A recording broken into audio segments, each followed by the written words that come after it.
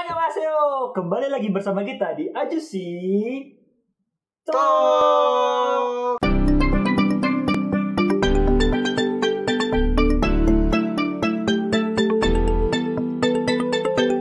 Bareng gue Raka Ajusi, Bareng gue Arsal Ajusi yang akan mengupas tuntas idol kalian. Ngapain nih kita sekarang? Part 2 dong. Nah, kita bakalan lanjutin nih lanjutan dari teori dari Gfriend yang judulnya Apple. Benar. Nah, lanjut lagi ya. Kita bahas di universe lain dulu nih. Tadi kan kita selalu point of view-nya si Eunha kan. Sekarang kita bahas ke point of view si Yerin. Jadi sebenarnya yang berusaha disadarkan dari Siren itu gak cuma Eunha, Sal. Jadi si kupu-kupu itu berusaha menyadarkan member lain juga yang tahap innocent-nya sesama tinggi lah dengan si Eunha tadi. Dia mencoba Bukan innocent kali ya, Rak ya? Hah? Pureness. Ya, pureness kali ya. Nah, si kupu-kupu itu juga pengen menyadarkan member yang lain. Nah, siapa membernya? Yaitu yang member dia yang sebelumnya terjatuh. Kan jatuh, kira dia tidur kan. Itu adalah membernya Yerin. Kira kan pas di pre-tale-nya kan si Yerin itu jatuh. Terus pas lain-lain itu jatuh kan. Terus bisa dibilang akhirnya si kupu-kupu ini pengen berusaha nih. Gue juga pengen menyembuhkan si Yerin juga. Kelihatan waktu dia disamperin sama kupu-kupu itu dia langsung sadar nih. Dia langsung sadar. Akhirnya dia mengikuti nih arahnya kupu-kupu. Jadi ternyata si Yerin itu terperangkap di dalam sebuah labirin. Seperti yang kita tahu kan, album sebelum Song of the Friend kan judulnya Labirin kan. Nah, jadi ternyata si Yerin itu terperangkap di sebuah labirin dan kupu-kupu itu pengen berusaha menyelamatkan Yerin dari sebuah labirin itu. Dia pengen kasih tunjuk jalan keluar gitu kan. Cuma ketika dia mengikuti kupu-kupu itu, tiba-tiba langsung ada distraction. Tiba-tiba langsung ada apel nih kan, tiba-tiba apel ngegelinding gitu kan. Apel yang sangat menggoda gitu kan. Akhirnya si Yerin itu langsung kayak, apelnya enak nih, langsung kayak gitu kan. Akhirnya dia lihat apel, habis itu langsung ada scene dia kayak balik badan gitu kan. Balik badan terus balik lagi kayak, aduh kupu-kupu tadi mana? Dia bilang kayak gitu kan. Jadi harusnya kalau dia nggak lihat kapal itu, dia bisa keluar dari labirin itu kalau dia mengikuti kupu-kupu itu tadi. Cuma karena bisa selamat sebenarnya ya. Apa? Bisa selamat. Iya.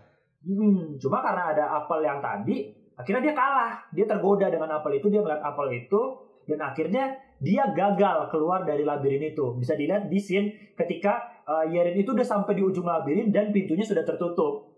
Ya kan, akhirnya dia nggak bisa keluar nih dari labirin itu. Lanjut ke scene yang paling menarik nih. Scene yang Yuju nge-vape ya. Scene Yuju merokok nih. Terus banyak yang mulai berspekulasi kan. Itu ngapain sih kok tiba-tiba Yuju merokok? Atau misalnya Yuju nge-vape itu maksudnya apa? Jadi sebenarnya itu bukan dia ngisap kupu-kupu terus keluar asap, bukan kayak gitu sebenarnya. Jadi sebenarnya itu usaha dari si kupu-kupu itu untuk mengeluarkan roh jahat dari tubuh Yuju itu.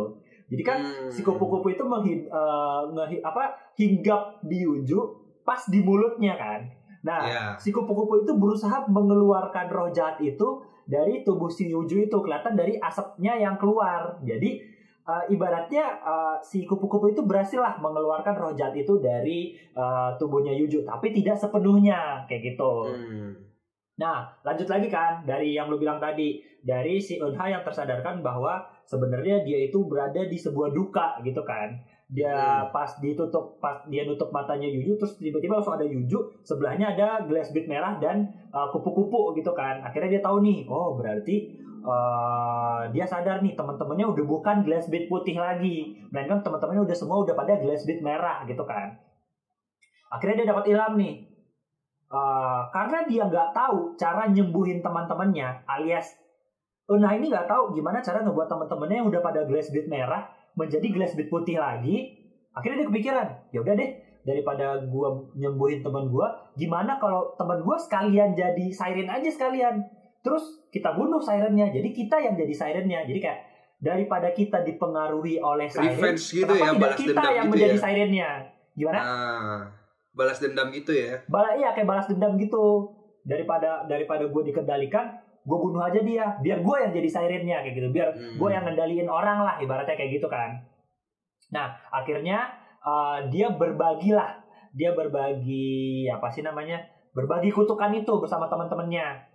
Bisa lihat kan kayak dia yang scene ciuman-ciuman itu loh, yang si Yerin ciuman sama Sowon, Eumji ciuman sama Yuju, dan dia ciuman sama Shinbi. Cuman itu juga ada yang menarik sebenarnya. Kenapa Yerin sama Sowon itu ciumannya mulut ke mulut, Eumji sama Yuju ciumannya mulut ke mulut. Kenapa Shinbi sama Eunha ciumannya ada perantara apelnya gitu kan? Kenapa sih harus ada perantaranya gitu kan? Nanti di akhir kita jelasin. Terus setelah pengaruh siren itu masuk seutuhnya ke tubuh mereka, akhirnya Eunha ngeinstruksiin nih, cara ngebunuh sirennya adalah dengan cara, nah ini juga udah sering lah ya kalau kita lihat di film-film horor, cara menghapuskan mantra-mantra dengan cara kita gunting beberapa helai rambut kita, terus kita bakar. Ya, terus kita bakar. Makanya dengan cara itu sumbernya pun akan ikut kebakar. Makanya kan yang kebakar itu sebenarnya bukan pohonnya, tapi yang kebakar itu apelnya sebenarnya, Sal. Nah, jadi cuma gara-gara apelnya kebakar, akhirnya semuanya kebakar gitu kan. Makanya setelah pohon itu kebakar, langsung semuanya berubah. Konsepnya semua langsung jadi hitam kan. Itu menandakan bahwa mereka semua udah jadi siren sekarang. Siren yang tidak dikendalikan. Dan kayak lo bilang tadi, yang tadinya mereka ada di dunia antara, mereka sekarang udah di dunia ke-8-nya mereka, kayak gitu. Nah, terus lanjut lagi, ada scene Eunha ngebawa kotak isinya bola merah, terus pas dibuka kupu-kupunya pada terbang kan. Nah, itu tuh maksudnya kayak ini tuh akhir dari perjalanan si kupu-kupu yang selama ini ngebimbing Jifren ke arah yang benar gitu. Karena sekarang Jifren, jadi kupu-kupu itu kental dengan si glassbead putihnya itu kan, ke pureness itu kan. Dan karena ibaratnya sekarang Jifren sudah tidak pure lagi dan mereka sudah menjadi stronger, udah menjadi kuat lah sekarang. Dan akhirnya kayak ya udahlah, berarti dia rasa kupu-kupu itu sudah tidak ada tugasnya lagi sekarang gitu. Cuma pertanyaannya apakah kupu-kupu itu akan balik lagi? Ya kita lihat aja nanti di musik video berikutnya kayak gitu. Terus terakhir kenapa harus di bulan purnama gitu kan? Dan kalau bisa kita lihat detailnya lagi, waktu kupu-kupu itu terbang, itu bulan purnamanya belum sempurna, masih ketutupan awan kan? Kayak ibaratnya itu beberapa detik sebelum cahaya bulan purnama itu menembus si istana Jifren itu seutuhnya kan. Nah, kenapa kayak gitu? Jadi ibaratnya sebelum si Jifren itu berubah jadi wujud jahat, dia nggak mau kupu-kupu yang selama ini udah baik ke dia ngelihat dia berubah menjadi jahat gitu. Sampai akhirnya kupu-kupu itu terbang, terus awan yang nutupin bulan purnama itu geser, terus cahaya bulan purnama itu nembak si istana Jifren itu, dan akhirnya mereka duduk di tahta mereka di bulan purnama dan mereka mendapatkan bentuk siren mereka seutuhnya. Bisa lihat kan tanduknya keluar, terus bisa mereka langsung ada kekuatan untuk mengeluarkan akar-akar kayak gitu. Kayak gitu kalau dari gua bedah dari musik videonya. Kesimpulannya kita masuk ke kesimpulan ya. Kesimpulan dari MV-nya dulu nih. Itu kan kita lihat kalau ada perbedaan warna rambut kan. Ya, oh iya benar. Nah, dari warna rambutnya itu sebenarnya kita bisa klasifikasikan nih sebenarnya pengaruh si siren itu gitu. Oke. Jadi si pengaruh dari siren ini ada 3 gitu kan. Ada yang masuk seutuhnya tanpa ada perlawanan dari member tersebut. Oke. Ditandai dengan rambut gelap si Sowon, Eumji sama Yuju. Oh ya, ini rambutnya hitam ya. Rambutnya hitam ya kan. Benar. Terus ada tim juga nih yang masuk tapi sebenarnya dia melawan gitu kan. Dia sadar gitu loh. Oh, gua ini dipengaruhi sama siren gitu kan. Tapi dia bisa mengendalikan kekuatan itu. Nah, si Shinbi inilah si rambut merah. Oh, yang rambutnya merah. Oke. Nah, terus ada juga nih si yang terakhir si Eunha sama Yerin yang rambutnya putih atau blonde ya kan. Iya. Nah, ini nih tim yang sebenarnya masih bisa disembuhkan gitu loh. Berarti jadi pengaruhnya paling kecil lah ya sebenarnya ya. Pengaruhnya paling kecil, tapi justru dia nggak sadar akan pengaruh itu sebenarnya. Kayak gitu. Rentan lah ya. Iya kan, beda kayak Shinbi kan dia sadar gitu kan. Gitu. Nah, dari situ kan kita bisa lihat nih kalau misalnya Eunha yang paling depan nih, kalau ada scene yang kayak ini nih. Nah, yang itu kan pas mau potong rambut ya? Iya, kan itu si NH kan yang paling depan kan. Iya. Rambut dia itulah yang harus banyak berkontribusi atas pemusnahan si Siren itu gitu kan. Karena dia yang si paling Apple pure, itu. Kan? Karena dia paling pure. Dan kenapa benar. rambut Sowon tidak dipotong? Karena sebenarnya percuma juga, karena si Sowon itu kan juga udah terpengaruhi seutuhnya gitu loh. Sama bahkan si Siren tersebut. Dari yang tim rambut hitam pun ada beda-bedanya juga. Ada yang hitamnya pekat banget. Benar, ada yang coklat. Ada yang abu-abu juga kan? Iya. Nah, gitu. Sowon yang paling hitam ya. Terus kan ada nih yang nari-nari kayak India gitu kan, yang nari-nari depan pohon kebakar. Depan pohon kebakar gitu kan. Iya. Oh ya itu juga gue ketinggalan. Kalau di legenda-legenda penyihir kan itu cara seorang penyihir itu untuk dapetin kekuatan baru gitu, Rak. Kayak gitu. Jadi dia sengaja, biasanya kan bukan di depan pohon yang terbakar aja, pokoknya kayak api unggun lah dan lain sebagainya, pokoknya api yang membara gitu. Makanya mungkin di MV lain di agensi yang ini ada adegan-adegan yang sama gitu kan. Gitu.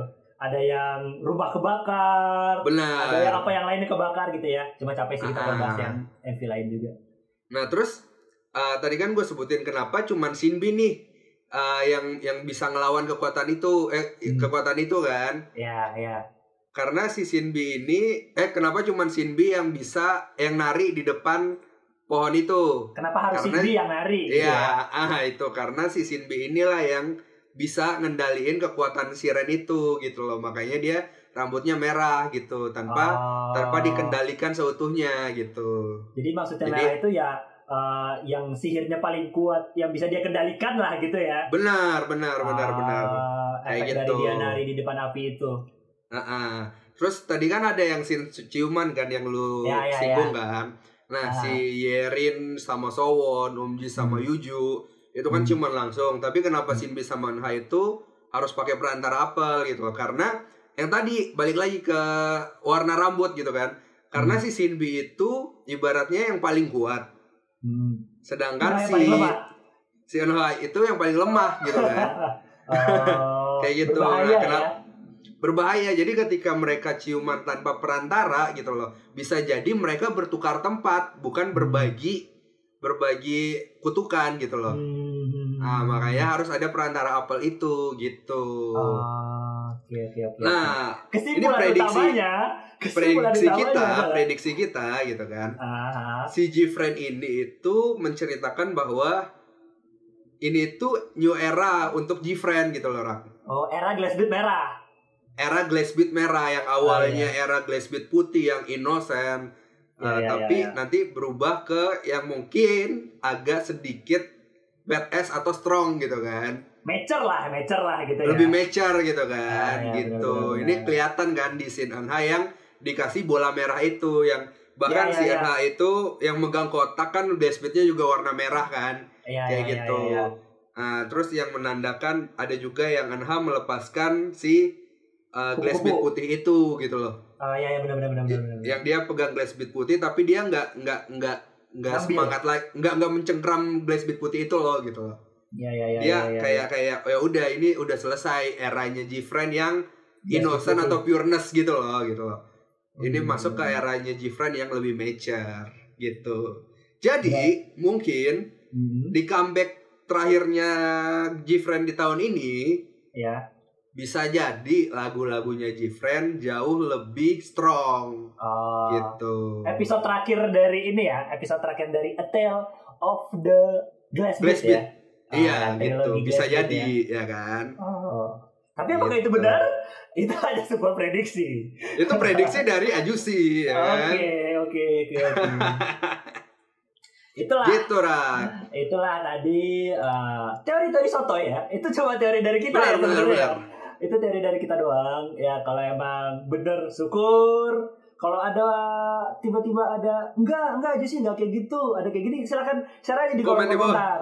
Komen di bawah ya. Itu tuh maksudnya gini. Nah, itu kan dari kita teori sotoy kita doang sebenarnya. Benar. Karena ya gitu kita juga ngerisetnya ini cukup lama ya Rat ya. Dari gitu. jam 7 ya sampai sekarang. Dari jam 7 sampai sekarang gitu kan. Udah jam setengah 1. Gitu. Jadi ya udah gitu kan. Jadi kalau ada yang salah tolong dikoreksi, silakan komen gitu kan. Gitu, Rak. Oke. Dan kalau kalian senang sama teori ini, jangan lupa juga buat like, komen, dan subscribe. Benar, karena siapa tahu idol kalian yang kita bahas selanjutnya. Nantikan teori-teori kita berikutnya kalau kita niat. Oke, gue Ersal pamit ya. Bye. Goodbye, adios. Goodbye, adios. Goodbye, adios.